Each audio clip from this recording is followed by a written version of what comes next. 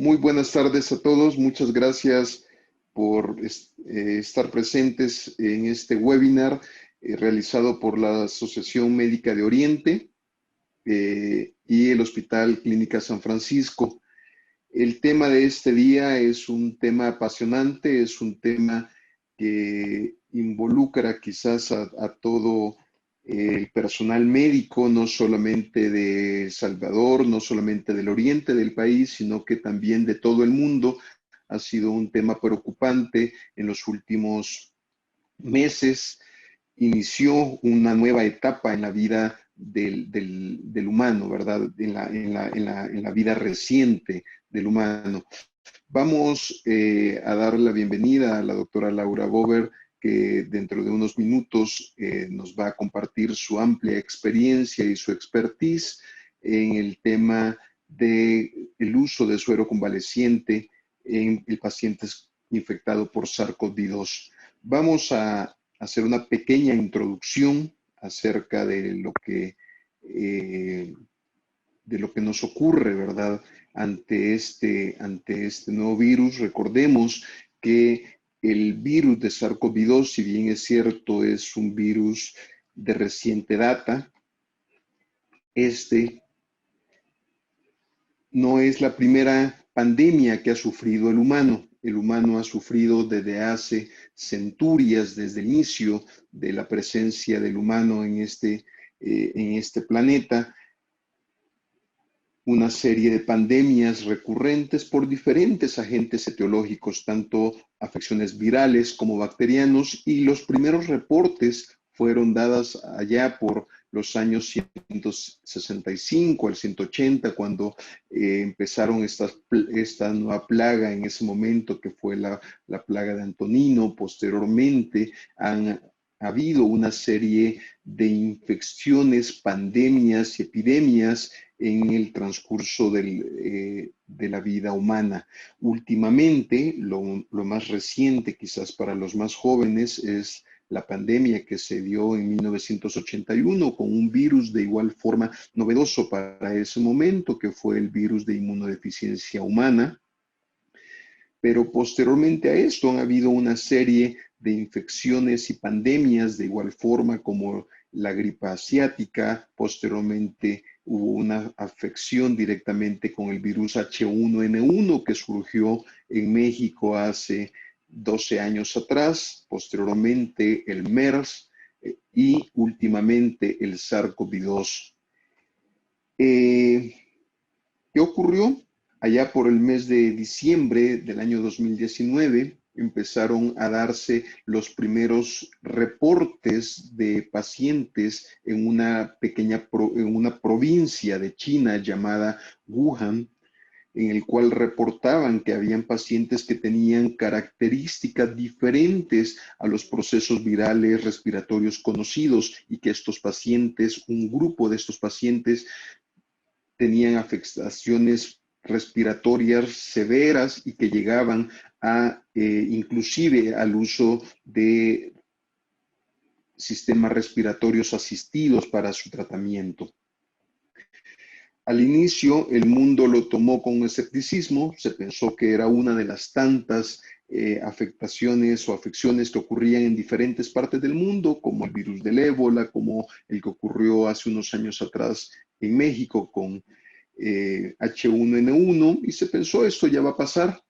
Pero cuando se empezó a notar que estos pacientes empezaban a sobresaturar los servicios de salud, fue cuando las autoridades dieron una alerta completa y empezaron a cerrar la economía de Wuhan. Primero cerraron el mercado de Hunan allá por enero del 2020, y ya fue hasta que en el 20 de enero, cuando se demostró que la transmisión humana era realmente un problema, la OMS declaró ya una emergencia internacional el 31 de enero, y posteriormente esta historia ya la conocemos. Hasta el primer caso que se dio fuera de Europa fuera de China, posteriormente Europa, Estados Unidos y finalmente El Salvador, que si bien es cierto fueron de los últimos países en Centroamérica en presentar casos, no fue la excepción en tener estos casos presentes. ¿Ante qué nos enfrentamos? Pues nos enfrentamos hacia un virus no nuevo en la naturaleza, es un virus que pertenece a este grupo de los coronavirus del orden nidovirus, ¿verdad? Donde presentan diferentes géneros, entre ellos los alfa coronavirus, los beta, delta y gamma coronavirus. En este que nos estamos enfrentando en esta pandemia pertenece a este género, los betacoronavirus, un virus ya presente en otras especies. Este primer betacoronavirus tampoco es nuevo en la afectación en el humano. En el año 2012, en el Medio Oriente, se presentó un grupo de pacientes asociados a una enfermedad de un síndrome respiratorio grave y se tuvieron alrededor de 27 países afectados por este virus que en ese momento se llamó MERS y tuvo una letalidad bastante alta. Este nuevo coronavirus que nos ha afectado, que es SARS-CoV-2, no tiene las mismas características, es un virus menos agresivo, quizás con una infectividad no tan alta como otras de sus familias o subfamilias, pero sí ha venido a ser una pausa en el mundo como lo conocemos. ¿De dónde nació este virus? Pues aún no lo conocemos, hay muchas teorías, unas mencionan que este virus se encontraba en los murciélagos y el murciélago utilizó diferentes vectores o otras especies que se infectaron y debido a esta interacción muchas veces no sana que tenemos con animales, en algún momento este virus logró mutar y logró introducirse al humano como tal. ¿Qué tenemos? Lo que inició como algo quizás muy aislado, actualmente es una pandemia que ha costado hasta el día de ayer más de 1 millón de vidas y un número muy importante de personas infectadas. Pero, ¿qué ocurre con este virus? Si vemos que este virus no tiene un comportamiento de agresividad mayor, de patogenia o virulencia mayor que otras especies, recordemos que al humano al momento lo afectan más de 209 especies diferentes de virus, con esos convivimos día con día, este coronavirus es uno más que vamos a tener que aprender a vivir. Entonces, ¿qué ocurre? ¿Por qué si este virus no tiene esa agresividad tan alta y no condiciona alteraciones diferentes a otras especies? ¿Por qué ha habido esta pandemia y por qué la emergencia en la cual vivimos? Pues para eso es importante conocer la fisiopatología. Esta fisiopatología nos explica precisamente qué ocurre con el coronavirus. Este virus se acopla a un receptor a través de una proteína llamada Spike, que se está conociendo cada vez más, tanto su diferente composición como conformación de este spike, y hacia ellos se están dirigiendo muchos de los manejos actuales y a futuro. ¿Qué pasa? Este virus se acopla a un receptor que es importante, sin ello no puede haber esta introducción a la célula y finalmente, una vez ya se introduce a la célula humana, inicia un proceso inmunológico. Al principio se pensó que este proceso inmunológico se iba a comportar como la mayoría, con la producción de interferones a través de respuesta inmune innata. Recordemos que esta división de la respuesta inmunológica entre esta inmune innata y esta inmune adaptativa, a pesar de que es una división puramente semántica, ya que esta respuesta se encuentra ampliamente relacionada una con la otra. De hecho, una hace dirección o contradirección hacia la respuesta inmunológica efectiva. Se pensó que este virus iba a tener un comportamiento parecido, la formación de interferones, la formación de TNFs, interleucinas, y se iba a controlar como tal. Iba a iniciar con esta fase de mediadores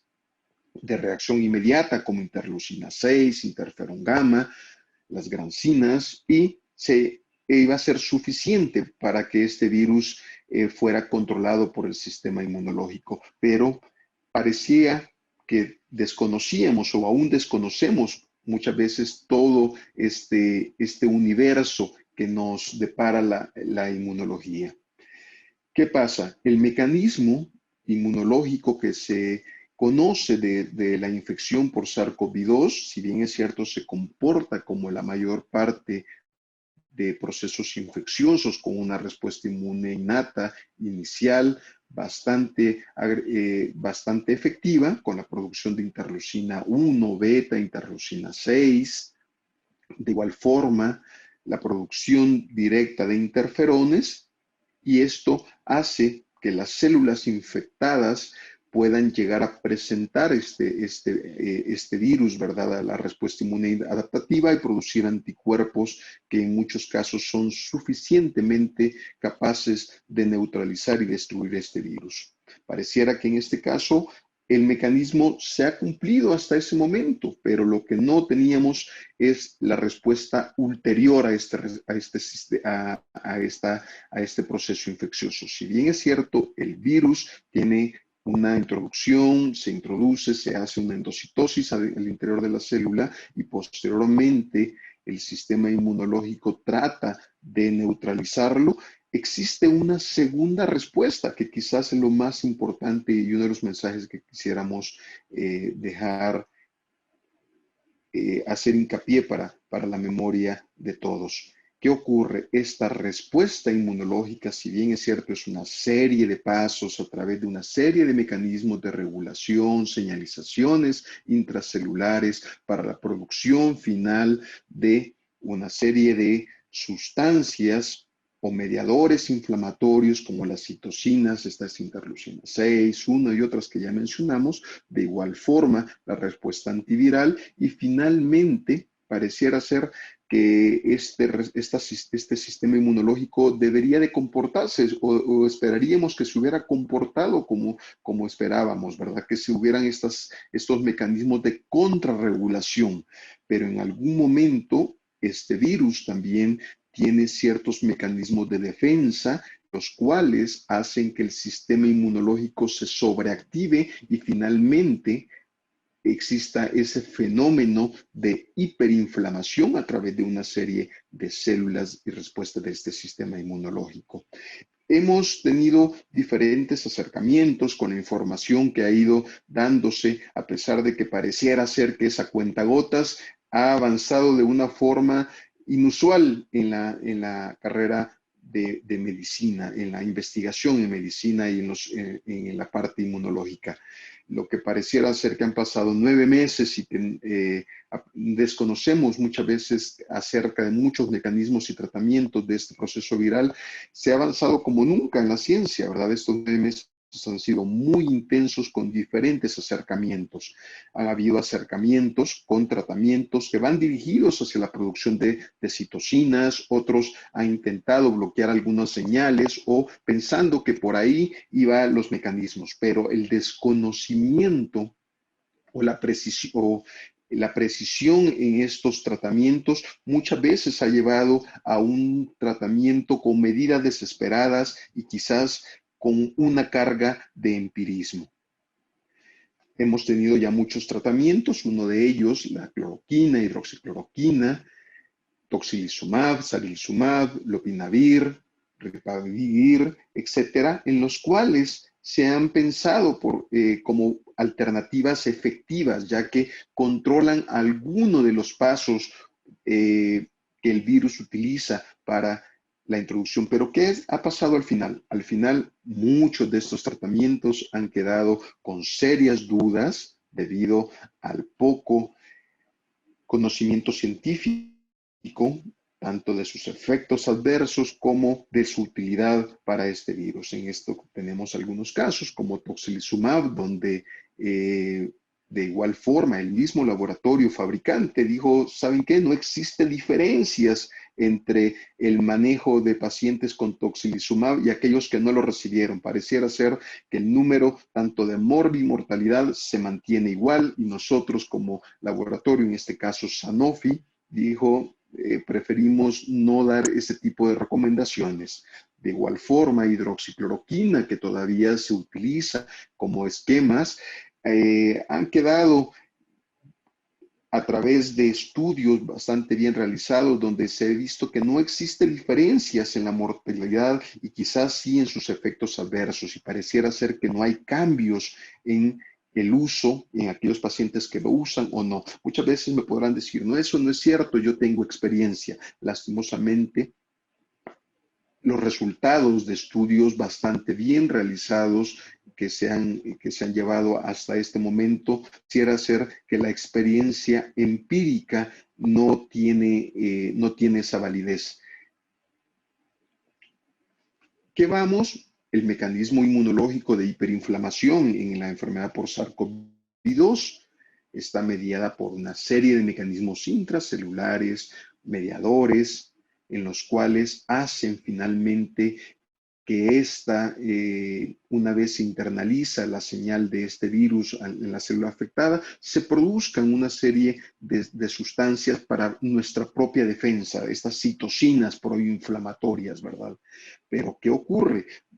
El mismo organismo tiene mecanismos de regulación, que en este caso pareciera ser que no lo está haciendo en el virus. Por lo tanto, necesitamos nuevos enfoques, un enfoque mucho más integral, un enfoque que logre controlar esos mecanismos de hiperinflamación, y pareciera ser que uno de estos enfoques es el uso de inmunoreguladores como la inmunoglobulina endovenosa, como el suero hiperinmune, que es diferente al suero de paciente convaleciente. Lleva diferentes pasos que lo vamos a ver mucho más adelante en la ponencia de la doctora Bober.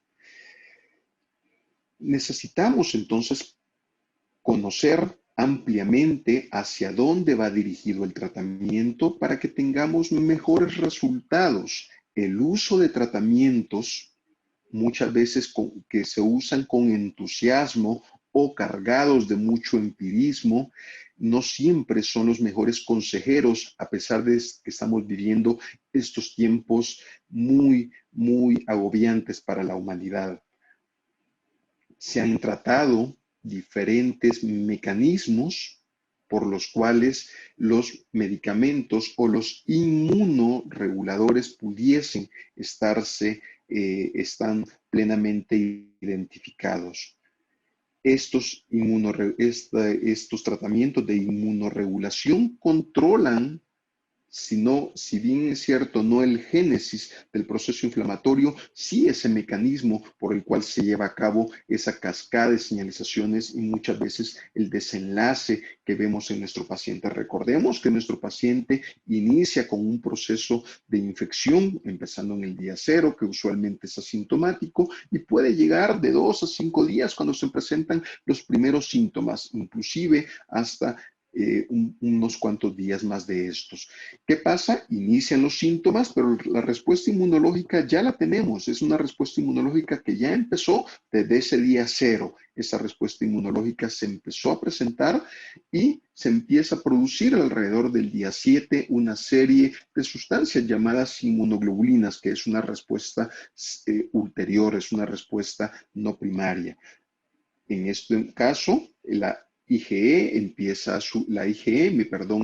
subir hasta llegar a su máximo pico, y posteriormente empieza esta inmunoglobulina de memoria, que es la IgG, donde se inicia con el paciente convaleciente alrededor del día 21.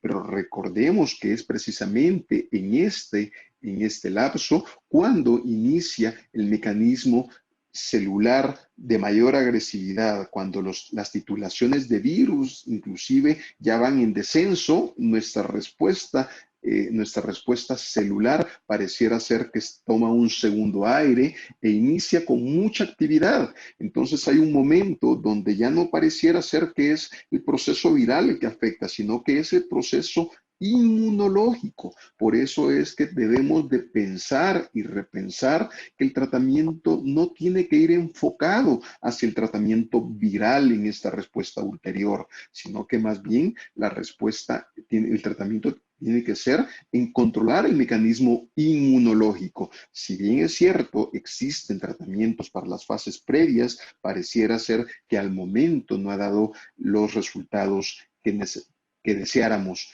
en este momento. Los efectos inmunoduladores de este suero son múltiples a través de células reguladoras, células NK, neutrófilos y todas las moléculas que estas producen y generan. Existen algunos beneficios entre la inmunoglobulina y el suero hiperinmune. Entre ellos, quizás una de las más importantes es que vienen de pool de pacientes en los cuales las titulaciones de anticuerpos probablemente sean muy buenos, pero los costos de la inmunoglobulina quizás no siempre son bajos, ¿verdad? Mientras que el suero hiperinmune es un tratamiento muy específico, no es nada nuevo, ya viene también de algunos años atrás que se empezó a utilizar, allá por antes de 1950 ya se empezó a hablar de suero hiperinmune en la edad moderna de medicina, porque esto, de hecho, desde centurias atrás ya se utilizaba precisamente para la evaluación de algunas enfermedades o tratamientos de algunas enfermedades. Al momento se encuentra en estudio muchos de estos tratamientos, pero parecieran ser que son muy prometedores. Existen otros fármacos que también están en estudios llevándose a cabo en este momento, como el uso de remdesivir, pero por otras vías, fapinavir y algunos otros inhibidores de polimerasas que parecieran ser que tuviesen algún efecto. Esta opción de suero convaleciente es apropiada siempre y cuando se lleve de una forma adecuada, hasta que obtengamos una vacuna efectiva. Es importante conocer la inmunología y conocer hacia dónde nos dirigimos para llevar a esta medicina de precisión. Vamos a hablar de estos temas que es apasionante, como la parte de fenotipos, genotipos, donde pareciera ser que no todos nos comportamos igual. Por eso es que alguien me podrá decir, es que en China ocurrió algo diferente, en Italia afectó más a unas poblaciones y en América a otras y en Estados Unidos a otra. Por eso yo estoy mejor porque quizás yo hice otras medidas. Quizás no hay que enamorarnos de una idea o de una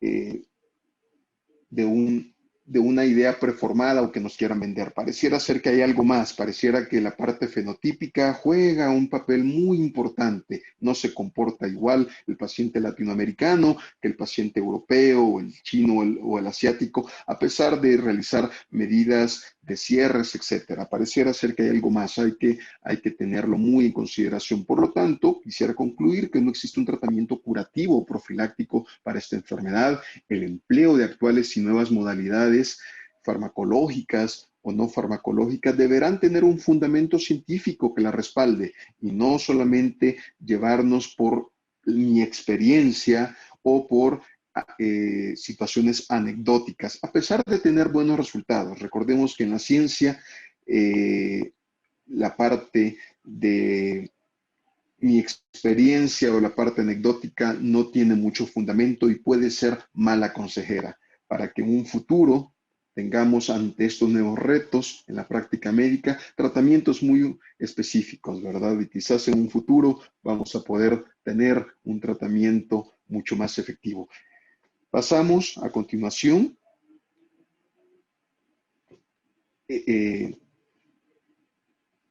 a escuchar a la doctora Laura Bober.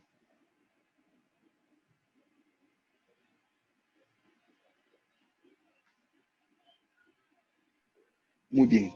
Cáncer de mama es la principal causa de muerte por cáncer en mujeres a nivel mundial. Este mes nos solidarizamos con todas las mujeres y ofrecemos 2 perfiles de laboratorio clínico preventivos para este padecimiento.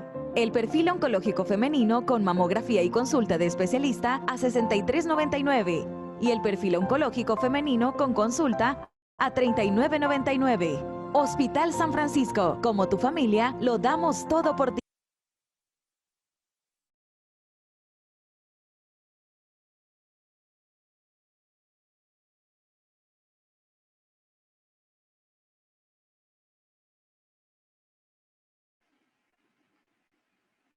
Muy bien, a continuación vamos a escuchar a la doctora Laura Bober. La doctora Laura Bober es bióloga química, egresada de la Universidad de Buenos Aires, con un doctorado de igual forma en bioquímica, en química biológica, y dos postdoctorados. Actualmente la doctora Bober es profesora del Departamento de Genómica, de Medicina Genómica de la División de Medicina del Cáncer del Hospital MD Anderson en Houston, Texas. Además, es profesora del Departamento de Inmunología a través de su división de investigación básica del MD Anderson de igual forma en Houston, y actualmente es miembro de múltiples asociaciones y cuenta con un vasto currículum con más de 40 publicaciones internacionales. Los dejo con la doctora Bober. Muchas gracias. Muchísimas gracias, doctor Guidos, y muchas gracias a toda la gente que me ha invitado para esta exposición. Muy orgullosa de estar entre ustedes y espero que les sea de utilidad lo que voy a contarles. Voy a minimizar acá si puedo ver esto. Esto es simplemente para mostrarles cuál es mi base, mi background. Yo me formé en Argentina, comenzando por ser maestra normal nacional en la Facultad de Ciencias Exactas, estudié química biológica y trabajé toda mi carrera, o sea, trabajé desde los 18 años para poder solventar los gastos del estudio. Por eso estoy muy, muy orgullosa de lo que he logrado, aunque me haya llevado más tiempo que a otros. Y hace 18 años me mudé a Estados Unidos, contratada por el Anderson. Fui inicialmente como para hacer un postdoctorado y volver al país, pero me contrataron para que me quedara y ahora soy directora del Laboratorio de Anticuerpos Monoclonales, con el gran orgullo de que el doctor Jim Allison, que fue premio Nobel 2018 por el descubrimiento de cierto anticuerpo monoclonal que está siendo muy utilizado, el ipilimumab es uno de los anticuerpos. Otro día me invitan y hablo de anticuerpos. Él es el chair del departamento donde está mi laboratorio. Bueno, ya gracias al doctor Guidos han tenido un pequeño anticipo de esto, pero lo que les quiero contar es que el COVID-19 es el nombre de la enfermedad que es causada por el coronavirus SARS-CoV-2, como bien el doctor Guidos explicó. Los primeros casos ya todos lo sabemos, aparecieron en Wuhan, en China, diciembre del 2019. La gente era escéptica, pero por algún motivo a mí me impactó en enero. Yo ya estaba muy nerviosa con estos casos que iban apareciendo, y aún antes de que aparecieran esos mapas donde uno chequea la cantidad de enfermos en todo el mundo, yo ya estaba buscando, a mi correo llegan avisos de problemas a nivel internacional para la gente que viaja, y aparecía un caso salteadito acá en Malasia, un caso salteadito allá en Australia, y realmente me preocupó. Y es importante que se los cuente por todo lo que pasó después. Fue declarada pandemia, como confirmó el doctor Guidos, en marzo del 2020. Les voy a decir simplemente porque sé que la mayoría son médicos y a lo mejor estudiaron inmunología hace mucho tiempo. Entonces vamos a refrescar simplemente qué es lo que es una inmunización.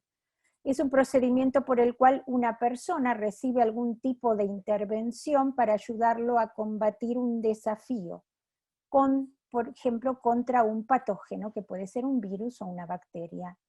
Esto no es lo único, porque uno también sabe que hay desarrollos de inmunizaciones con vacunas terapéuticas para cáncer. Eso es tema de otra charla. La inmunización pasiva es administrar al paciente anticuerpos monoclonales, sueros hiperinmunes sin especificidad, plasma rico en anticuerpos o gamma globulinas, y este es el tema que nos concentra hoy, y voy a mencionar algo sobre esto también más adelante. ¿Qué es la inmunización activa? Son las vacunas. Entonces, las vacunas para cualquier microorganismo en general se basan en virus atenuados o en organismos atenuados o inactivados o proteínas que se dan para que el organismo desarrolle una respuesta inmune activa, o péptidos o ADN o ARN. Estos son diferentes métodos de inmunización activa y se llama activa justamente porque lo que hace es despabilar a nuestro sistema inmune para que reconozca esto cuando el verdadero peligro, o sea, el virus vivo o la bacteria, nos ataca. Esto es un somero esquema, simplemente para mostrarles dónde se tienen que concentrar ustedes. Esto es un ganglio linfático, o el vaso, o las amígdalas, es un órgano linfoide secundario. Y en este punto de aquí empieza lo que es la respuesta inmune humoral, o sea, la respuesta inmune en el suero.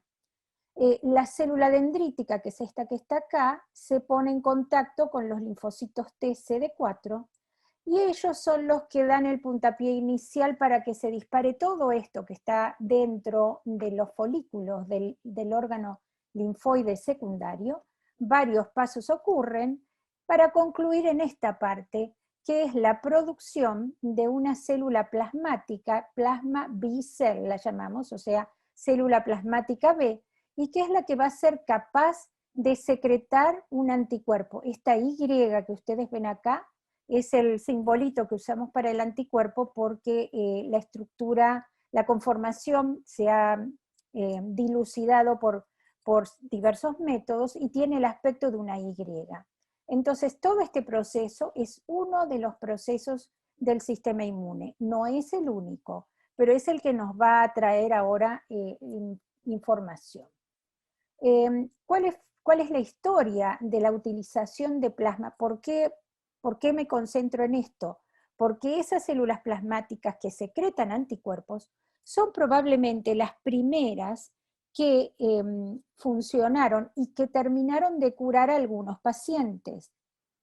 Para otros eso no fue suficiente y se debió requerir a otros medicamentos o otras intervenciones médicas. Pero esto de utilizar plasma, el plasma, la parte líquida de la sangre, como todos saben, es rica en anticuerpos contra el organismo, el microorganismo que nos haya atacado o contra aquel que nos han vacunado. Es decir, en el plasma mío, por ejemplo, que me doy la vacuna contra la gripe, hay anticuerpos contra la gripe, además de haber otras células de memoria que ayudan a que esa vacuna no la tenga que dar continuamente durante un año. La vacuna antitetánica, bueno, también en mi plasma está la protección. Los anticuerpos contra el sarampión, también los tengo porque tuve sarampión cuando chica, y después vamos a hablar un poquito de eso también, porque una curiosidad que se presenta es saber cuánto tiempo dura la protección contra determinados microorganismos. Esto del plasma de convalecientes no es nuevo y en realidad le valió el premio Nobel en 1901 a este doctor alemán, que lo que hizo él fue tratar niños enfermos de difteria con suero de animales a los que había inmunizado con la toxina diftérica. Es una inmunización activa porque el animal produjo anticuerpos contra esa toxina y cuando él se lo administró a los niños hizo una inmunización pasiva y los curó. La pandemia de la gripe española también se utilizó plasma de convalecientes, fue contra este virus. Esta es una de las más impresionantes porque el doctor Julio Maistegui en Argentina logró reducir la mortalidad utilizando plasma de convalecientes contra la fiebre hemorrágica argentina, el virus Junín, de entre el 15 y 30% de mortalidad, la redujo al 1%. Creo que fue, digamos, el proceso más eficaz de todos los que vamos a ver y los que han ocurrido. La pandemia por el SARS-CoV-1 también se utilizó. Este coronavirus no tenía las mismas características que el actual, porque de hecho con cuando llegó el verano fue desapareciendo. La pandemia por MERS también se utilizó, es otro coronavirus. El ébola y la poliomielitis también se ha utilizado plasma de convaleciente, aunque con el ébola no hubo resultados muy precisos. Y en particular, como les dije, estos dos son coronavirus. Esto es el recuerdo que tenemos del doctor Maistegui, argentino, el paper que él publicó creo que en el año 1970 que describe justamente la reducción de la mortalidad de sus pacientes. Esto es lo que muestra acá. Estos fueron los primeros papers de China cuando apareció el coronavirus, y creo que la necesidad o el interés por utilizar el plasma se basó en la mayoría de los casos en este primer paper, en el cual los chinos describían 5 pacientes, nada más que 5, y tuvieron un buen resultado. Sin embargo, otros papers posteriores, trabajos científicos posteriores, demostraron que no solo los anticuerpos del plasma serían responsables de la mejoría de los pacientes, sino también las pequeñas moléculas que yo llamo citoquinas, creo que ustedes llaman citocinas, quemoquinas, y también exosomas, pequeñas partículas que se desprenden de la membrana celular, aparentemente serían responsables de ayudar al paciente a recobrarse. O sea, no solo los anticuerpos, sino todas estas moléculas. Y aquí les paso a contar un poco de una historia personal. El Hospital Metodista de Houston, Texas, está cruzando la calle del MD Anderson, y fue el primer hospital en Estados Unidos en aplicar plasma de convalecientes el 28 de marzo del 2020. Yo a esa altura que ya estaba nerviosa mirando los mapas y preocupada por toda Latinoamérica para que no le ocurriera lo mismo que ocurrió en España, saturando, y en Italia, en Europa en general, saturando los sistemas de salud, me comuniqué con la gente del Metodista y el 29 de marzo, o sea, el domingo, al día siguiente, decidí conectarme con todos mis colegas de todas partes. Me he conectado con colegas de México, de toda Latinoamérica y sobre todo de Argentina, porque tengo muchos amigos científicos. Yo me fui de Argentina siendo grande, incluso no todos eran científicos o médicos, sino también gente de otras especialidades que yo conozco y a los que involucré armando un grupo interdisciplinario por WhatsApp. En el primer momento nosotros tuvimos 35 personas en el grupo que eran mis amigos directos, pero todos ellos tenían la capacidad de ingresar más gente y ahora somos 150 en una red trabajando día y noche. En ese grupo hay gente de distintos países también, de Uruguay, de Bolivia, de Perú, de Chile, de Colombia. ¿Y qué es lo que hicimos con ese grupo? El primer objetivo para nosotros fue traducir un protocolo de transfusión de plasma, y para eso nos basamos en un protocolo que subió de acceso público el doctor Casadeval, un médico investigador del Johns Hopkins de Estados Unidos. Él subió protocolos al sitio web, al sitio de internet del Johns Hopkins, y los protocolos tenían la descripción para utilizar el plasma en pacientes leves, moderados y severos. Nosotros tradujimos al castellano el protocolo de pacientes severos, porque fue el que pensamos que iba a ser más útil, sobre todo en el comienzo, cuando todavía no teníamos idea, a fin de marzo, acuérdense, qué podía afectar o interferir con este virus. Esto es una experiencia muy satisfactoria, y la verdad que es emocionante, porque ver estas 150 personas que a veces a las 3 de la mañana se están intercambiando datos, tengo este paciente, ¿cómo hago? ¿Qué puedo hacer? Nos donaron en Estados Unidos un grupo de argentinos de la Cámara Argentina Texana de Comercio que viven en Estados Unidos, la mayoría nos donaron el sitio web, entonces pudimos hacer públicos esos protocolos para que todo el mundo los bajara y los adaptara a sus propios países.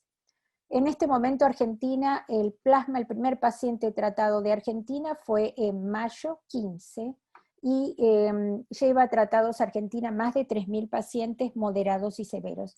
Y les voy a contar muy poquito de esto porque están juntando los datos y creo que están por publicar. Este es el grupo, no están los 150 ahí porque muchos son tímidos y no quisieron darme sus fotos, pero realmente es una experiencia invalorable y los lazos que se han creado entre todos nosotros, sin distinción de ninguna naturaleza política, porque no permitimos que haya discusiones políticas en el grupo. Ustedes saben que Argentina pasa por momentos un poco difíciles y gracias a eso este grupo unido ha logrado muchas cosas. Incluso hemos llegado a ayudar con los abogados que pertenecen al grupo a redactar leyes en las distintas provincias del país. Ya casi todas las provincias están involucradas, están participando, y en algunos casos los diputados, senadores, los políticos querían redactar una ley de estímulo para utilizar el plasma, no sabían cómo hacerlo, nos llamaban a nosotros y nuestros abogados los ayudaron a proceder. Así que es una experiencia muy enriquecedora que no va a quedar ahí porque cuando, si Dios quiere, eliminemos este virus, este grupo tiene que seguir funcionando e invitamos a muchos otros que quieran unirse. El doctor Casadeval, el que les nombré que tenía el protocolo clínico, es miembro honorario de nuestro grupo y está en contacto directo con nosotros, y estas somos algunos de los integrantes. Esto es simplemente para mencionarles que estas son unidades que se han formado en Argentina y que de alguna manera u otra están apoyando la investigación. Este virus ha traído muchas cosas importantes. Una que hablábamos con el doctor Guidos es, por ejemplo, que todo el mundo ahora se entera que la inmunología es importante, y otra cosa importante es que ha unido a médicos y a científicos, cuando antes esto estaba dos grupos de profesionales que no se comunicaban muy fluidamente como está ocurriendo actualmente, por lo menos en mi país, en Argentina, y en otros países tal vez ocurra lo mismo. Bueno, y aquí ya entramos en el plasma. El protocolo del donante, ustedes saben, depende de cada centro, pero en general el donante debe ser mayor de 18 años, alguno puede tener mayor de 16, menor de 65, cumplir con todos los requisitos del donante, es decir, no tener enfermedades de transmisión por vía sanguínea.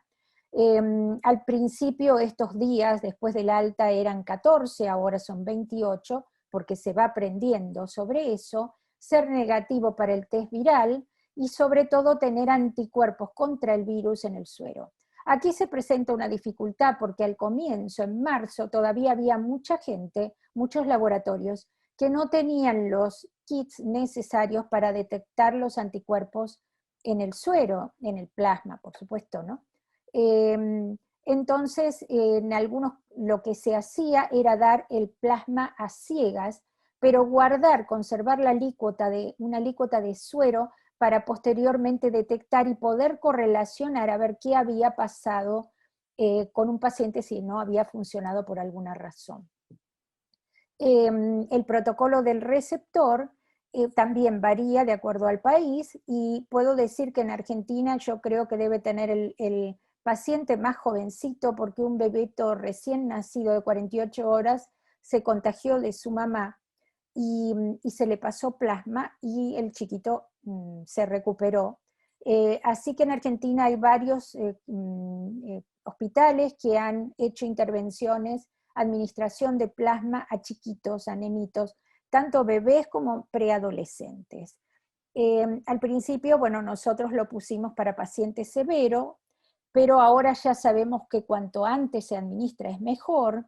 Habíamos puesto con o sin respirador, eso era nuestro protocolo, pero los que los van bajando van modificando. Ahora ya sabemos que es mejor administrar el plasma cuando el paciente todavía no requiere respirador, Y por supuesto, aprobación por el Comité de Ética de cada hospital y del organismo regulador correspondiente, que en Estados Unidos es el FDA. En Argentina no es el ANMAT, que es el que regula medicamentos, sino que es una dirección de sangre y hemoderivados, porque las transfusiones en Argentina están reguladas por una ley de sangre.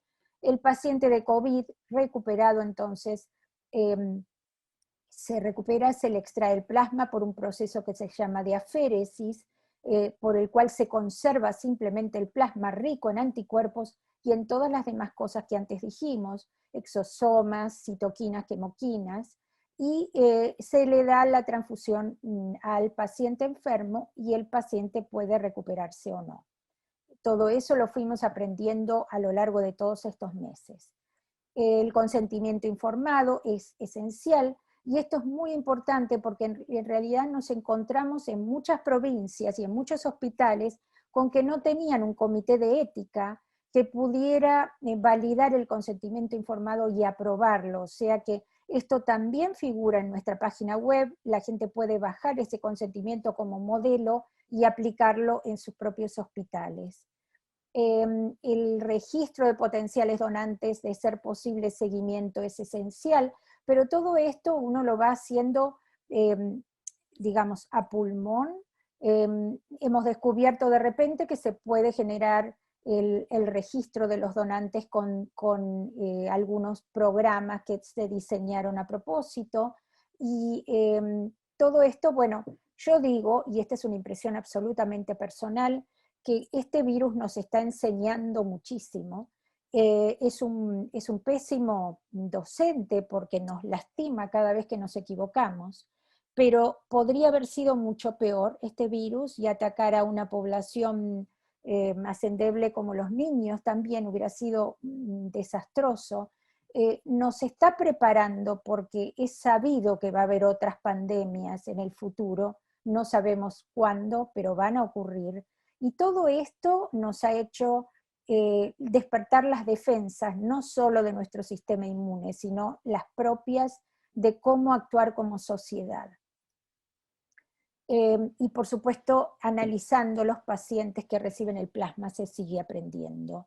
Y el plasma no es una vacuna y protege, suponemos, que aproximadamente 20 días, que es el tiempo que dura la vida media de estos anticuerpos en el plasma. Pero no lo sabemos, todavía se tiene que descubrir. Estos son los distintos caminos que se pueden dar al plasma. Una vez que se extrae, se puede utilizar en los pacientes severos, como nosotros lo propusimos en nuestro protocolo, y esa administración se llama de uso compasivo acceso expandido, o acceso extendido, como se llama en Argentina. Ya les voy a explicar un poquitito qué quiere decir esto. Esto es un estudio que se da, digamos, un proceso que se da al paciente y no tiene un grupo control. Eso sería lo ideal, que es este caso de aquí, en el cual uno no le puede dar a pacientes severos un tipo de protocolo aleatorizado con control, porque si el paciente severo se entera que puede estar en la rama control, no quiere recibir digamos, ese placebo que se le da, sino que quiere recibir el plasma. Eso le ocurrió al doctor Casadeval en Estados Unidos, donde muchos pacientes rechazaban entrar en un protocolo de esta naturaleza porque no querían estar en este grupo, que es el grupo que no recibe plasma. Y como es doble ciego, uno no lo puede determinar. La primera publicación con revisión de pares fue justamente del hospital que les mencioné, que fue el primero en administrar plasma, del Metodista. Ellos hicieron una administración sin brazo control. Entonces lo que están haciendo, y todavía continúan, es hacer lo que se llama controles macheados, o sea, buscan para cada uno de los pacientes que han recibido el plasma, tratan de buscar una persona que no se haya anotado para recibir el plasma y que recibió otros tratamientos. y tratan de machearlo de tal forma de hacerlo lo más parecido posible. ¿Qué quiere decir machearlo? Imagínense en Estados Unidos, las etnias son muy diversas, y sobre todo en Texas, porque en el Centro Médico de Texas vienen científicos de todo el mundo, y están recibiendo continuamente, digamos, tenemos de la India países que ni siquiera yo sabía que existían, en algunos casos muy chiquititos. Entonces las etnias son muy variadas, con lo cual machear a un paciente es bastante difícil. Pero ellos se concentraron en esto, y en su primera publicación lo que lograron descubrir era que en 25 pacientes que se hicieron, la administración del plasma era una opción de tratamiento segura, es decir, que no producía mortalidad asociada a la administración del plasma en sí, a la transfusión de plasma en sí. Después venimos un poquito más a lo grande. El doctor Casadeval y Mike Joyner del Clínica Mayo deciden hacer un protocolo de acceso expandido en Estados Unidos y apoyado por el FDA, y comenzaron administrando el plasma a 5.000 pacientes. Tenían el problema, como les dije, que no podían conseguir pacientes que quisieran hacer un ensayo controlado. ¿Qué pasó? ¿Cómo terminó esto? En 70.000 pacientes tratados, 2.700 centros médicos, 2.700 centros médicos y 17.000 profesionales. Y en ese punto ocurrió algo, que fue que se discontinuó porque la FDA autorizó su uso de emergencia en agosto 23. Hubo una polémica en ese momento, se arguyó que a lo mejor había razones políticas, eso no lo voy a discutir, pero a partir de ese momento este uso compasivo, este acceso expandido, dejó de hacerse bajo ese nombre, y ahora cualquier persona en Estados Unidos, debido a que FDA autorizó el uso de emergencia, puede solicitar que se le dé plasma. Plasma hay suficiente, tienen bastante stock, y ahora que se sabe un poco más, puede ser que se tengan mejores resultados. Ellos no pudieron, estos son los centros y estas son las curvas, pero aquí están graficadas solo hasta agosto. Lo más importante para ellos fue demostrar en ese primer trabajo que la mortalidad debido a la administración del plasma era muy baja, es decir, lo mismo que el otro grupo. Solo 4 de los 5.000 fallecieron debido al plasma. Eso es lo que ellos creyeron, que era debido al plasma, pero no lo pudieron confirmar. Entonces, primera conclusión de este ensayo gigantesco, que el plasma es seguro. Pero tuvieron muchos problemas para tratar de analizar si el plasma era además eficaz, por lo que les dije anteriormente. Bueno, vuelvo a esta. Las etnias, la población que estaba recibiendo 5.000 y luego 35.000 en un segundo análisis, y ahora más recientemente unos 70.000, no pudieron agruparla de acuerdo al origen genético, a tratamiento recibido, a otras opciones, sobre todo porque al principio estos pacientes eran todos pacientes severos.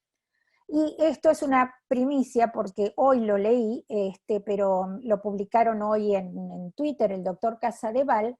Los estudios, el análisis de todos esos pacientes se ha continuado, y ya se sabe que si, por ejemplo, uno analiza el total de los pacientes, no hay diferencias significativas entre los pacientes que no estaban intubados y los pacientes no intubados menores de 80 años y administrado 72 horas. O sea, aquí se ve una diferencia, como pueden ver ustedes. Esto es el porcentaje de mortalidad en los pacientes hospitalizados al día 7, y fíjense que en esta parte es donde se ven más diferencias. Esto que se ve en el eje I es los títulos de los anticuerpos neutralizantes. En este caso, estos son los títulos más altos y estos muy bajitos. En los títulos bajitos no se ve casi diferencia. En cambio, en los títulos altos y sobre todo en los pacientes no intubados, menores de 80 y dentro de las 72 horas de diagnóstico se observa una diferencia significativa. Y a los 30 días ocurre más o menos lo mismo y bueno, las conclusiones de este estudio gigantesco permiten decir que la administración del plasma convaleciente con títulos de anticuerpo neutralizantes alto es eficaz y no sería tan eficaz, pero modularía la función inmune y también probablemente reduce la carga viral. Esto es simplemente los resultados me quedó traspapelada la diapositiva, del ensayo primero que les mostré, donde llegan a la misma conclusión los médicos del Hospital Metodista, donde los pacientes que acá se compara con un grupo macheado, como les comenté, tratan de buscar los más similares, y los que tienen mayor diferencia en la mortalidad, hubo una mortalidad del 1% en aquellos que recibieron títulos más altos y recibieron el plasma antes de las 72 horas. Esto es simplemente las conclusiones que ya les estuve contando y voy a avanzar para que no se haga tan largo esto. Y este es otro soporte de apoyo a la utilización del plasma, que es un metaanálisis para comparar todos los distintos trabajos en los que se utilizó plasma, sea que tuvieran un grupo control o no, y en todos los casos se observa lo mismo. Administrado más tempranamente, con alto título de anticuerpos, tiene resultados. La estrategia del Mount Sinai la voy a pasar porque es similar. Ellos encontraron importante determinar la carga viral y el título de anticuerpos en plasma, y están tratando por autopsias los patólogos de determinar el modo de acción del virus. Ellos también encuentran un beneficio en la mortalidad en los pacientes cuando se les administra antes con respecto a otros y un título más alto. Bueno, y aquí vemos ya lo que les quería explicar sobre los anticuerpos. Este es el esquemita del coronavirus. Esta proteína de aquí, la celestita, es la spike, la que mencionaba el doctor Guidos también, es la proteína de la corona. Pero el virus tiene solo 4 proteínas estructurales, y esta de aquí es simplemente una ampliación de la proteína de la corona. Los anticuerpos que reaccionan contra la corona son anticuerpos específicos contra este virus que se pueden determinar por un test de ELISA que la doctora Gamarnik en Argentina ha desarrollado y se ha distribuido a distintos países y a todo nuestro país. En un comienzo era gratuitamente, ahora requieren más algo para producirlos, pero este anticuerpo de aquí en particular, que bloquea la unión del virus al receptor específico, es lo que se llama anticuerpo neutralizante. Acá hay un anticuerpo que es contra el virus también, no se sabe si es efectivo, pero porque este es contra la proteína de la envoltura del virus. Hay que tener cuidado porque cuando en la gente se determina, en los pacientes, el título de anticuerpos, algunas empresas tienen kits que detectan este anticuerpo, que no sabemos si es efectivo para curar a los pacientes cuando se da el plasma convaleciente. En cambio, estos sí sabemos que funcionan. Este es simplemente un esquemita de lo que sería el ensayo de ELISA. Uno cubre la placa con la proteína spike, y estos son los anticuerpos que se detectan por una reacción colorimétrica, y en cambio los que se llaman neutralizantes se basan en la unión de, aquí hay células que expresan el receptor, y uno agrega el suero del paciente, y estos anticuerpos van a neutralizar al virus o a un pseudovirus, evitando que se una a las células. Este es el test de neutralización o de pseudoneutralización si uno utiliza un pseudovirus, que es un virus como la cascarita del virus sin el material genético. Y aquí viene la pregunta del millón: ¿cuánto va a llegar a durar la protección de esos anticuerpos si tuviéramos una vacuna. No lo sabemos todavía, lo veremos con todos los ensayos de vacunas que andan funcionando en un fase 3, pero este es un estudio que hicieron en Inglaterra hace bastante. Siguieron a 45 personas por 26 años y fueron tomando muestras de anticuerpo contra las distintas vacunas que estas personas habían recibido. Esto que se da acá es en años, y ustedes me van a decir, 11.000 años, ¿cómo detectan esto? Es por estas curvas que realizaron, que están ploteadas aquí del lado derecho, extrapolaron, y por ejemplo, contra el Epstein-Barr, si uno se vacuna o se infecta, la protección duraría 11.000 años. Contra la viruela, contra el sarampión, es lo que les decía, que yo estoy protegida pese a que no fui vacunada, pero tuve sarampión cuando chica. El tétanos, que hay que dársela cada 10 años, y eso lo hacemos, la difteria y las demás. ¿Cuánto va a durar la protección de una vacuna o el haber estado infectado con el coronavirus? Acá viene el signo de pregunta.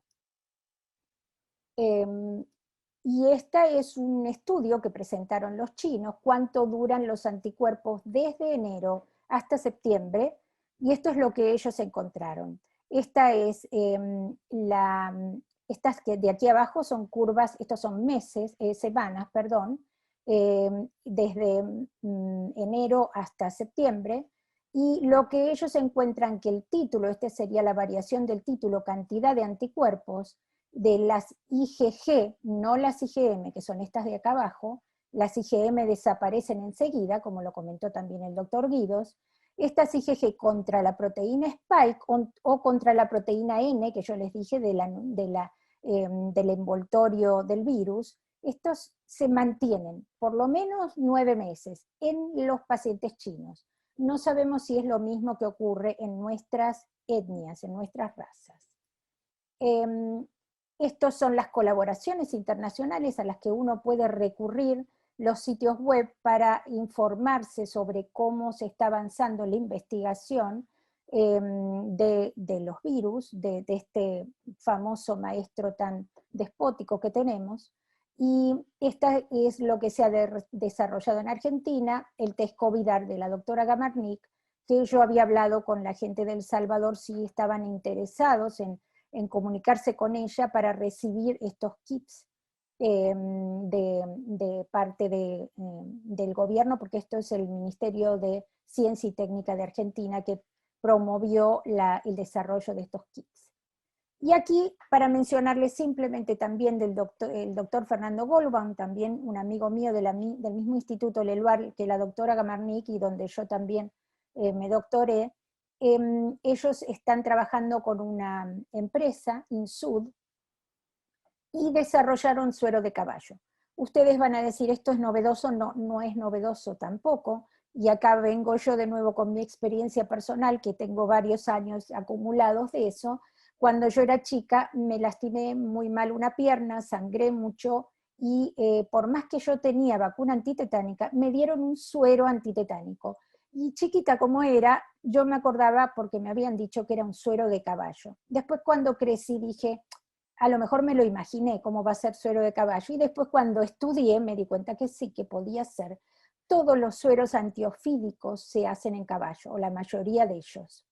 Entonces, lo que el doctor Goldbaum hizo fue inmunizar con la proteína de la superficie, la de la coronita, la proteína Spike, que es la que está en danza en casi todos los procesos, en todos los proyectos, en todas las vacunas, sea que son a ADN o a ARN o con la proteína misma, es la proteína Spike la que usan, la de la coronita del virus, y el caballo va a desarrollar, por supuesto, sus anticuerpos.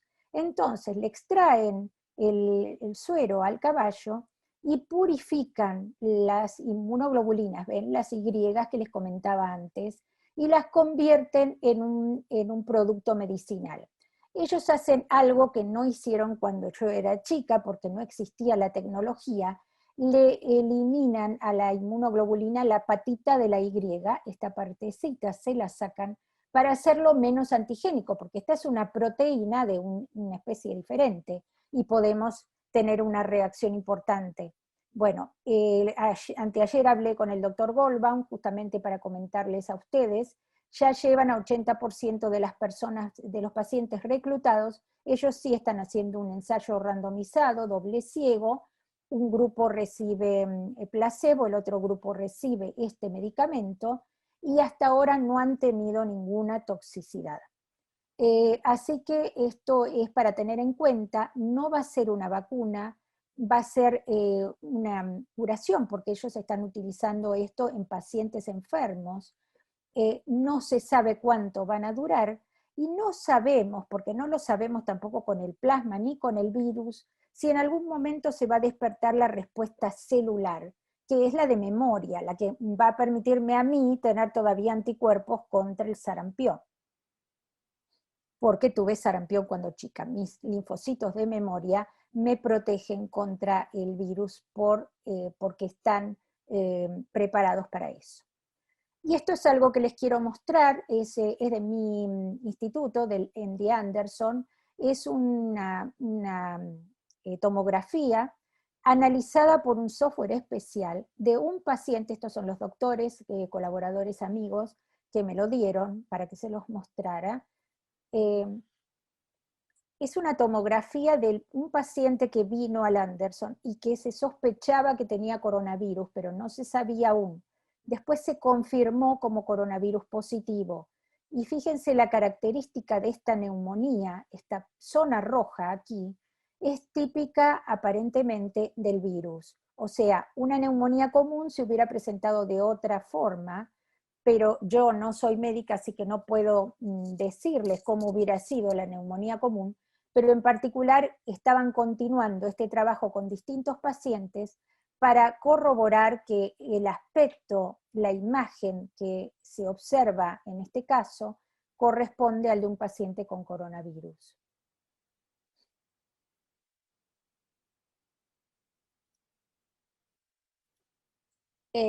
Entonces, las conclusiones y los mensajes para llevar a casa. Todas las terapias de esta pandemia son experimentales. ¿Por qué? Porque el virus es nuevo, no lo conocemos. Podrá ser parecido a algunos anteriores, pero es una prueba y error, una prueba y error que tenemos que probar para darnos cuenta que sirve o no sirve. Afortunadamente todos están trabajando en esto. El grupo de Recovery de Inglaterra hizo estudios muy importantes porque, por ejemplo, ellos fueron los que descubrieron que la hidroxicloroquina no estaba sirviendo, sino que más bien era perjudicial, porque hicieron en 10.000 pacientes. Ellos hicieron todos aleatorizados, con control, sin control, no, todos con control, perdón, con placebo y en el control, y el otro grupo recibiendo la medicina especial, y son los de más utilidad, porque nos responden realmente lo que queremos saber. Por supuesto, esto hago hincapié del protocolo clínico aprobado y el Comité de Ética Institucional hacerlo, porque no porque estemos en pandemia no vamos a respetar la ética de los pacientes y hacer lo que a uno le parece que está bien, tiene que ser todo cuidado. La administración es experimental, del plasma ya lo vimos, y por ahora está funcionando mejor en los leves y en los moderados que no son muy, que no están usando respirador. Más tempranamente, título alto y en más de una unidad demuestra mayor eficacia. Esto también lo probó el doctor Casadeval. Creo que de Argentina vamos a tener un estudio controlado con placebo. Este viernes van a dar los resultados, pero es un grupo muchísimo menor, solo 300, y uno no puede sacar una conclusión, 300 en total, 150 en cada rama, no puede sacar una conclusión tan valedera como la que sacaron la gente del Clínica Mayo y John Hopkins con 5.000 o más pacientes, porque la estadística y la significancia tienen mucho más poder. A los que quieran saber sobre nuestro grupo y les interese unirse, este es nuestro sitio web, y nuestro propósito desde el comienzo fue solidario y educativo. Hasta tenemos gente que se nos acercó porque quiere hacer una maestría y bueno, está en el grupo aprendiendo de todos los médicos y los bioquímicos y químicos y abogados y profesionales que estamos en él. Y esto último es algo que es una realidad en mi país, no sé cómo será en el de ustedes, pero la investigación básica es totalmente separada de la investigación clínica, cosa que no ocurre en el MD Anderson y en otros sitios de Estados Unidos. Acá hay una conexión muy fluida. Entonces hay que buscar los caminos para que estos dos personajes en dos montañas distintas se unan.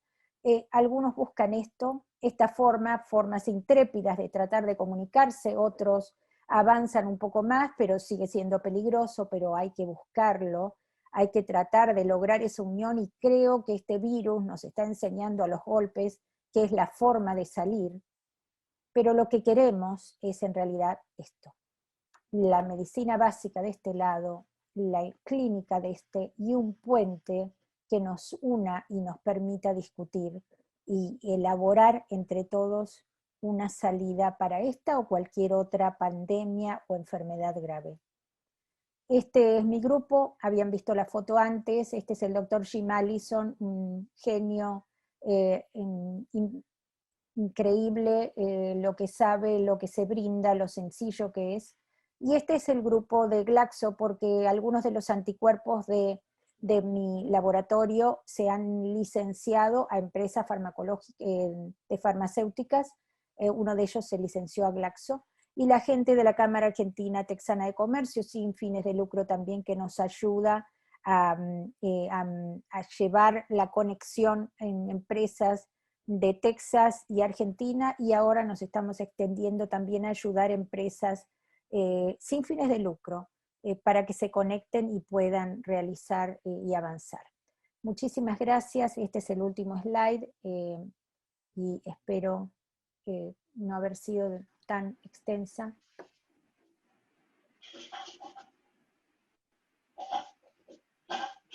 Doctora Bober, muchísimas gracias por su excelente presentación. Ha sido muy didáctica, nos ha llevado de la mano de la evidencia actual que se está realizando en el uso de suero de paciente recuperado. Tenemos ya algunas preguntas. De hecho, les invito a todos los participantes que deseen realizar sus preguntas, que lo puedan hacer mediante los iconos que aparecen en sus pantallas, tanto de teléfonos celulares como en computadoras, en el área tanto de chat como de preguntas y respuestas. Tenemos algunas preguntas ya, doctora, y quisiera hacerle mención de alguna de ellas. Una de ellas hace mención de la experiencia entre el uso de inmunoglobulina endovenosa y el uso de suero de paciente recuperado, ya que el uso de inmunoglobulina endovenosa está siendo usado también a pesar de las limitantes que esto tiene. Quisiéramos escuchar su opinión acerca de ello. No he visto que lo están dando justamente el IV inmunoglobulina, IV inmunoglobulina.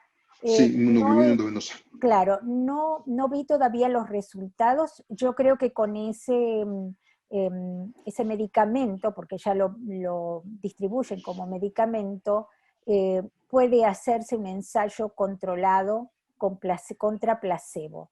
No sé qué van a encontrar, y todo va a depender, supongo, también de en qué momento se administre, porque ahí no hay anticuerpos específicos contra el virus.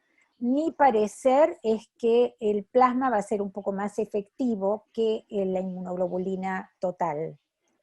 Pero en la inmunoglobulina total hay muchísimos, por ejemplo, hay IgG contra las heat shock proteins, que a lo mejor puede llegar a ayudar al paciente que está grave de repente a reducir ese momento que viene la falla multiorgánica y la tormenta famosa de citoquinas.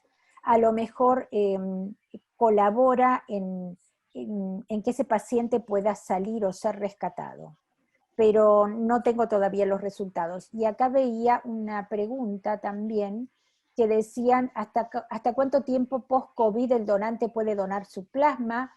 Bueno, en principio, si le hacemos caso a los investigadores chinos, en 8 meses todavía estábamos teniendo respuesta en la curva que les mostré, y, y no sabemos si va a ser exactamente igual, porque no tenemos un seguimiento tan largo. Creo que la gente de Clínica Mayo está analizando esos 70.000 pacientes. Esto va a pasar como con otras pandemias y otras epidemias, que los trabajos científicos siguen apareciendo por varios años.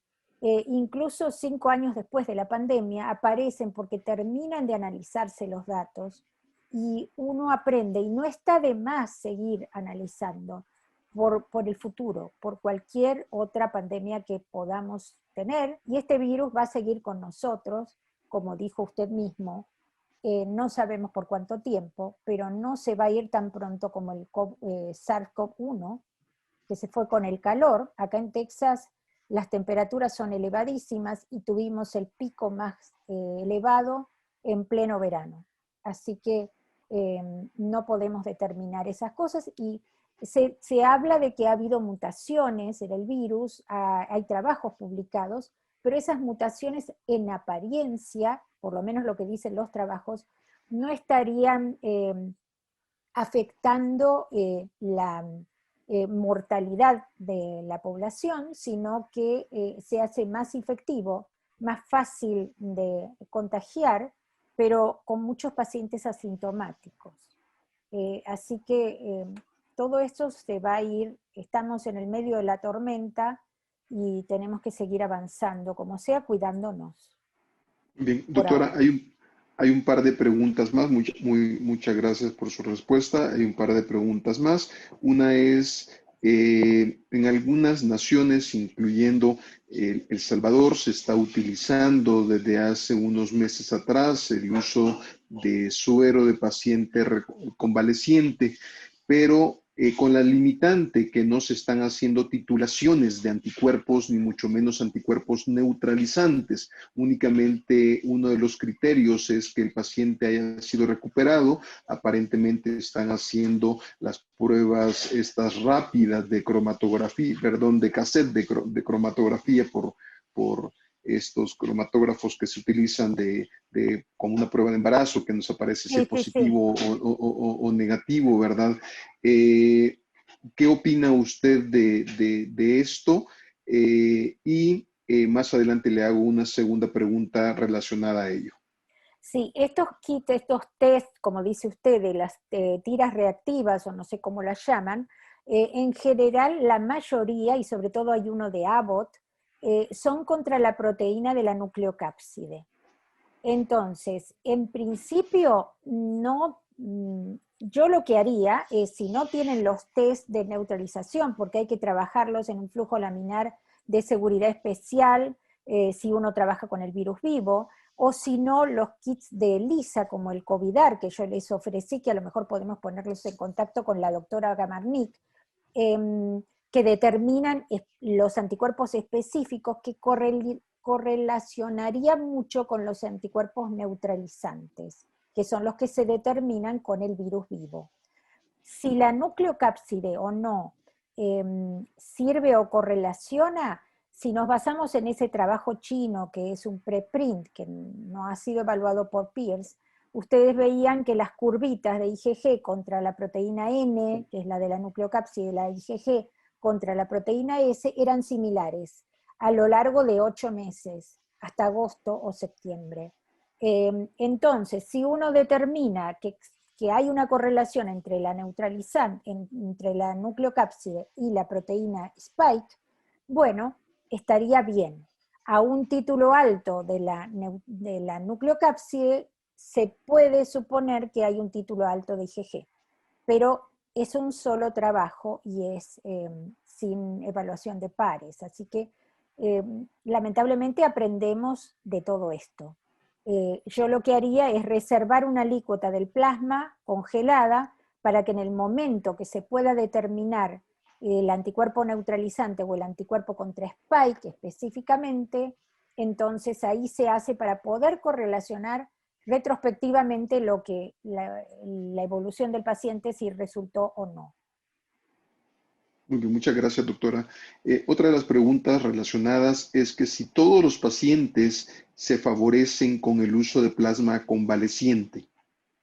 No, eso es lo que les conté antes. Aparentemente, si se da en pacientes menos severos, antes de que empiecen a usar respirador, en Argentina, los 3.000 pacientes que han hecho, los doctores se basan en eso. Justo en el momento que el paciente va a entrar o va a necesitar respirador, ahí le pasan plasma y dexametasona. Eso es lo que se está haciendo en Argentina. En Estados Unidos, aparentemente se está haciendo a las 72 horas desde la hospitalización. Entonces, esos serían los que más se benefician. Sin embargo, los doctores en Argentina, con los cuales tenemos más confianza y hablamos a diario, nos dicen que aún en un paciente severo, ellos notan alguna mejoría que desde el vamos baja la carga viral. Y eso a lo mejor le da tiempo al paciente severo a recuperarse. Pero son todas son anecdóticos, no lo tienen escrito, no lo tienen analizado. Es la observación pura del médico que está al lado del paciente. Muchas gracias, doctora. Otra de las preguntas es precisamente acerca de los eventos adversos, precisamente en el TRAL y en esta lesión pulmonar aguda, ¿verdad? Producida por transfusión. Si tenemos un paciente respiratoriamente comprometido, ¿verdad? No pudiese tratarse de una contraindicación en aquellos pacientes que pudiesen verse desfavorecidos por el uso de paciente de suero de paciente convaleciente. Bueno, eso, repito, yo no soy médica, pero me baso en los trabajos publicados ahí, sí, del doctor Casadeval y la Clínica Mayo, porque ellos, los primeros pacientes 5.000 y después 35.000 que analizaron, no vieron eso. Imagínense que ellos estaban, sí, en ese momento tratando a pacientes severos. Después concluyeron que era mejor los moderados o los leves, y a las 72 horas. Pero ellos comenzaron con pacientes severos con afectados sus dos pulmones y encontraron que el plasma era seguro, que no producía un efecto severo adverso como el trali, por ejemplo. Muchas gracias, doctora. Otra de las preguntas también que se envió es acerca del uso de suero de paciente convaleciente eh, en sujeto sano, con contacto con paciente con COVID, ya que Bueno, si tiene alguna de las, principalmente en aquellos pacientes que tienen alguna de las comorbilidades que se sugiere que pudiesen tener esta respuesta inmunológica exacerbada, esta tormenta de citocinas, ¿verdad? Entonces, esos pacientes que se consideran que tienen estos pequeños factores de riesgo, obesidad, edad, etcétera, pudiesen ser beneficiados. ¿Tiene algún... tengo datos, claro, tengo datos de Argentina también y del grupo de Estados Unidos, porque en esos 35.000 ustedes van a ver las tablas de las características de los pacientes, incluyen todos, con comorbilidades, que una de las principales factores de riesgo es la obesidad, y sin embargo ellos les han dado el plasma y siguen insistiendo que el plasma es seguro. Y con respecto a lo que usted me dijo de darlo a pacientes sanos, que en el dibujo que yo mostré del plasma, les mostré lo de los pacientes y me olvidé de hablar del profiláctico, o sea, del uso profiláctico en personal de la salud. En Estados Unidos lo están haciendo. Y en Argentina lo que hacen es cuando un médico que está en contacto directo con los pacientes de COVID, apenas se enferma ya le dan el plasma. No esperan ni 72 horas. O sea que es casi profiláctico en el caso de ellos. Ni bien les da positivo el COVID, pero también es anecdótico. Se los cuento porque lo cuenta la gente de nuestro grupo.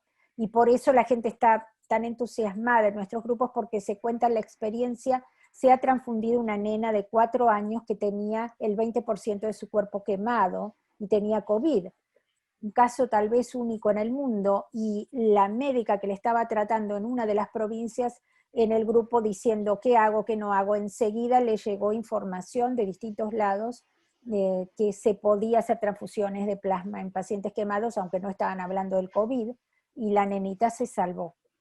O sea, todas anécdotas que se están generando con este maestro terrible que tenemos. Muchas gracias, doctora. Una pregunta más es, ¿alguna contraindicación en el uso de suero de paciente ¿Tejido? recuperado? Ah, las que ya estamos hablando, creo que es similar a todas las anteriores.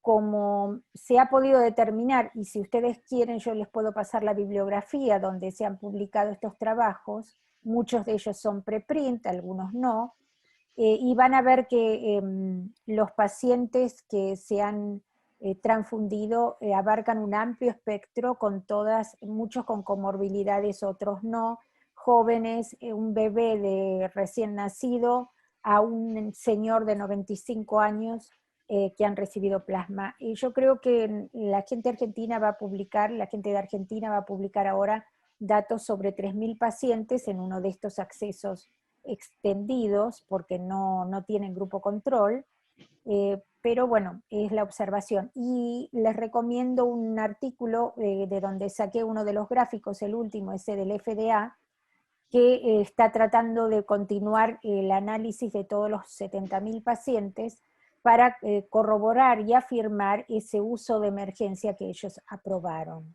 del plasma. Así que Muy bien. Muchas gracias, doctora.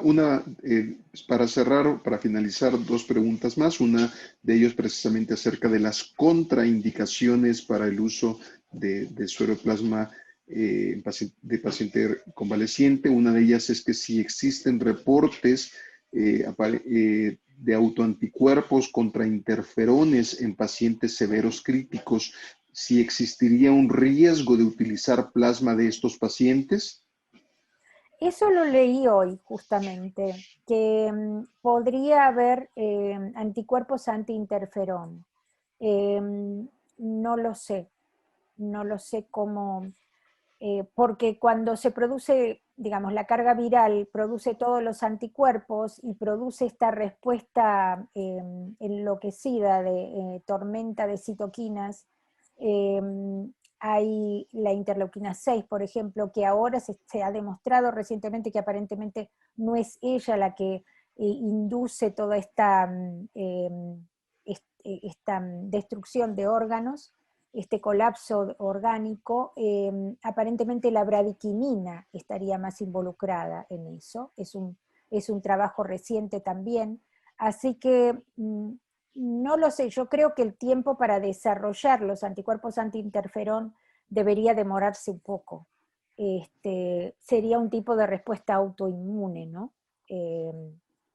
Porque son los anticuerpos propios, no en el plasma, salvo que se refieran a la existencia de esos anticuerpos en plasma.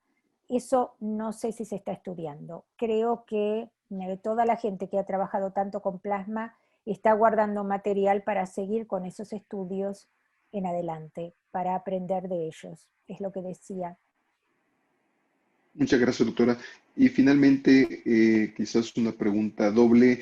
Hace mención que si hablamos de suero de paciente recuperado, ¿no sería mejor hablar de inmunoglobulina hiperinmune, si no sería una mejor alternativa que el uso de plasma convaleciente? ¿Y cuántas veces podría un donante inclusive hacer estas donaciones, en muchos casos altruistas, verdad? Sí, en Argentina es altruista la donación y el donante de plasma puede donar cada 15 días, pero por supuesto depende del centro de hemoterapia donde se realice. Algunos no permiten, otros incluso con menos lapso de tiempo. Y recuerdo que había un paciente, no sabemos, que deben llevar todo eso controlado en los centros de hemoterapia. Hubo un paciente que había donado como 5 veces con esa separación de cada 15 días. Y Lo de la inmunoglobulina hiperinmune sí es interesante. En Argentina se había propuesto hacer eso, utilizar el plasma similar a lo que se hace con el suero equino, obtener del plasma solamente las inmunoglobulinas y administrarlas como un medicamento, similar a lo que se hace con el suero equino, purificando los anticuerpos o concentrándolos.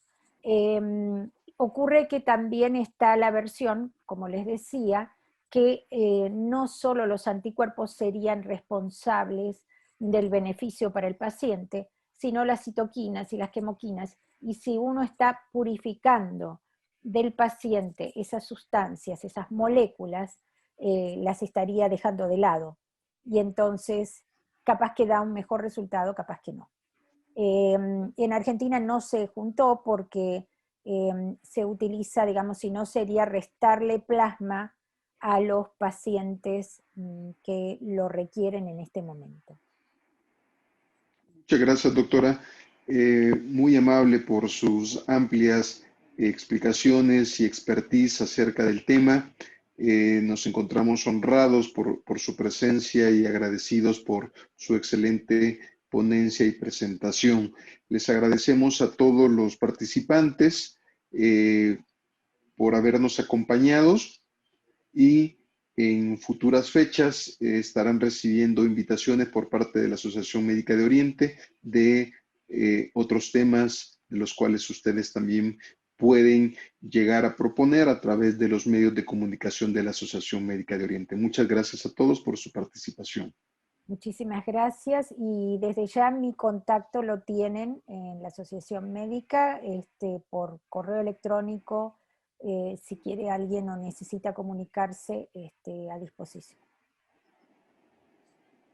Muchas gracias. Gracias a ustedes.